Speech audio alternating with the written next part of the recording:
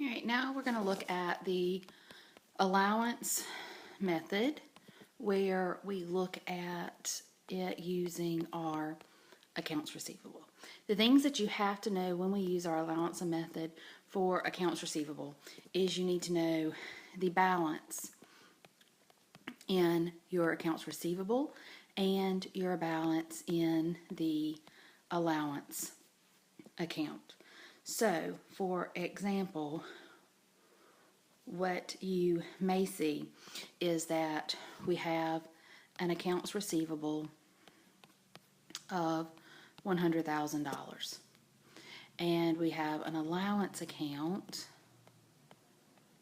that has a balance of $100.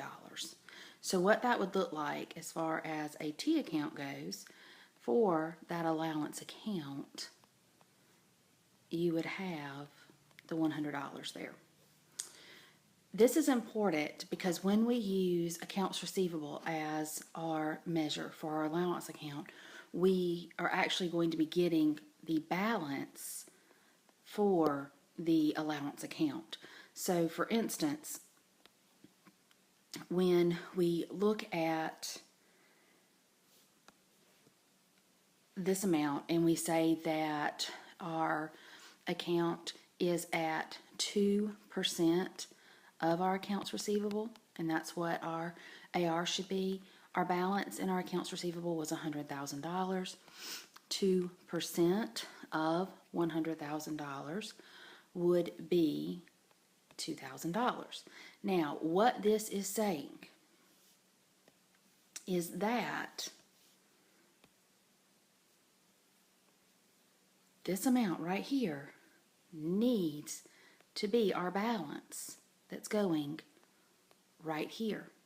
So in doing the journal entry, we have to figure out what amount goes in this spot. And what we find is that the amount of $1,900 will go in that particular spot.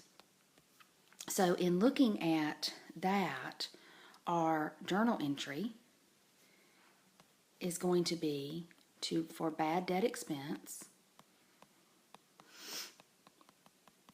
for the $1,900, and our credit will be to that allowance for doubtful account for the $1,900. And so that would be our journal entry and what we would see when we are looking at our bad debt expense when we look at a percentage of accounts receivable.